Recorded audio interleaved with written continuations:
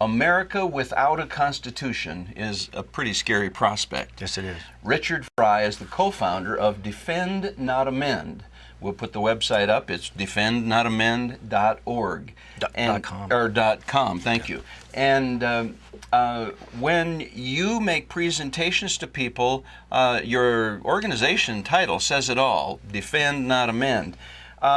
What is the history of this movement for a constitutional convention and amending the Constitution that we now have?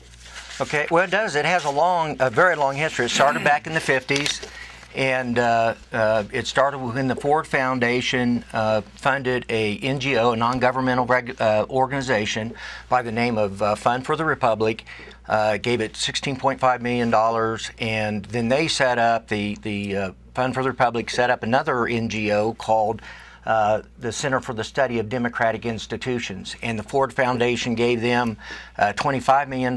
They brought in Rex Tugwell, who was the head of the brain trust for FDR's New Deal administration, and he brought in other academics, and they basically drafted their proposed constitution, which abolished the states and made our fundamental rights subject to suspension by the government.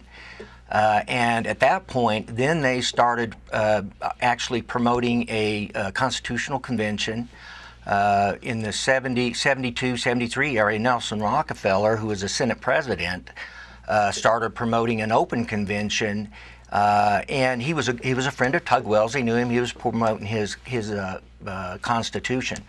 And that fell flat because people were concerned about, it was so open that they were concerned about the Constitution. But now the proponents of this constitutional convention are saying, well, this will be a closed convention. We'll only deal with a narrow part of the Constitution. Yeah, exactly. And what we've seen going back historically and analyzing the give and take of this, the proponents have always adjusted their argument to try to get over the obstacles that defeated them last time. And so the next time out of the box in the 80s, they come back and said, we're going to do a limited convention. And at that time, we know we can draw a clear line back to the Ford Foundation because they had contacted Chief Justice Warren Burger and trying to get him to help promote this.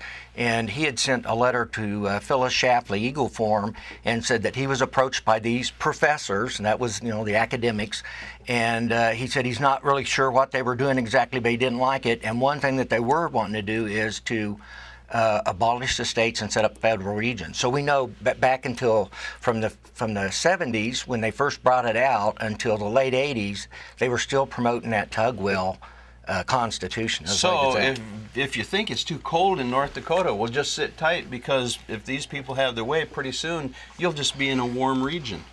Yeah, who knows? They develop it. And then the next thing that they did was they came out with the Convention of States. That was in the early 90s they did that, and it was actually a liberal organization that caters to Democratic state legislators that was doing that. And then there's another organization called ALEC, the American Legislative Exchange Council, started, strangely enough, in 1973, right when this Tugwell thing was coming out.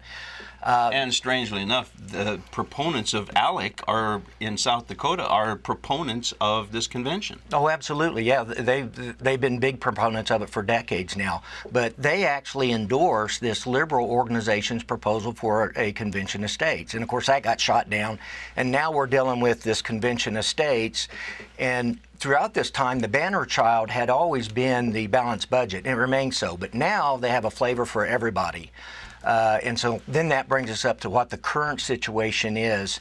And what we find now is that it's still big money behind it. And it's big liberal money behind it. No, that's not correct. It's big, quote-unquote, conservative and progressive money, both.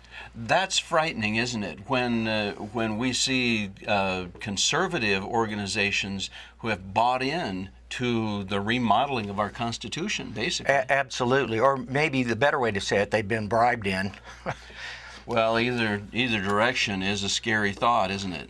It is very because much the so. end result is the same. Whether you sell out, whether you're convinced, or whether you're even a sold-out patriot and you embrace the wrong idea, changing the Constitution is a wrong idea, and that is a scary thought.